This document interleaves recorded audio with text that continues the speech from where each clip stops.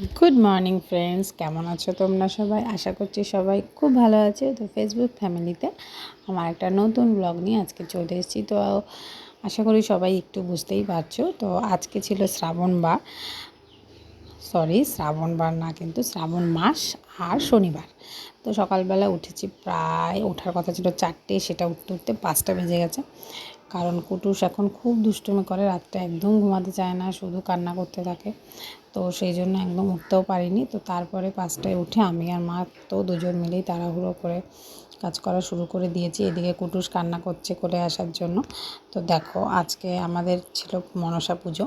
তো এখানে আমাদের লাগে 4টে সরা, 9খানা ঘট। তো 9খানা ঘটেই কিন্তু দেখো সিঁদুর আর কাজল দিয়ে ফোঁটা দিয়ে দিতে হয়, আর 2টো সরাতেও দিয়ে দিতে হয়। আর যে 2টো সরা দুধ আর কলা দেওয়া হয় সেগুলোতে কিছুই লাগে না।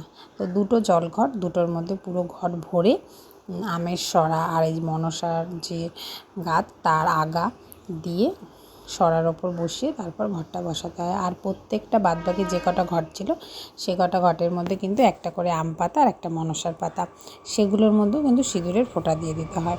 তো এটাই আমাদের নিয়ম।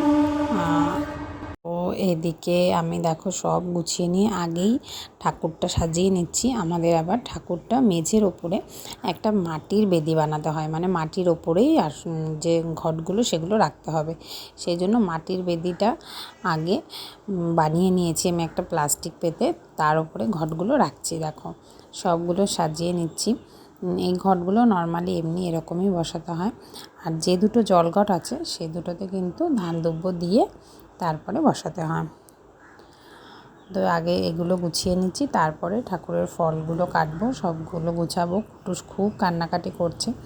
মা তাড়াতাড়ি বাইরের কাজ সেরে চলে এসেছে। মা কুটুসকে নিয়ে উলু দিচ্ছে, মা দাঁড়িয়েই রয়েছে পাশেই। আমিও ঘটগুলো সাজিয়ে নিচ্ছি।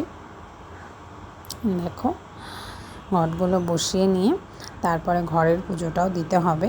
গোপালকে আমি সকালে আর কি ঠাকুর ঘরে ঢুকেই স্নান করেই আগে গোপালকে খেতে দিয়ে দিয়েছিলাম, তারপরে সব গুছিয়েছি। এরপরে গোপালের খাবারটা নামিয়ে তারপর ওকে স্নান টান করে আবার খাবারটা দেওয়া হবে।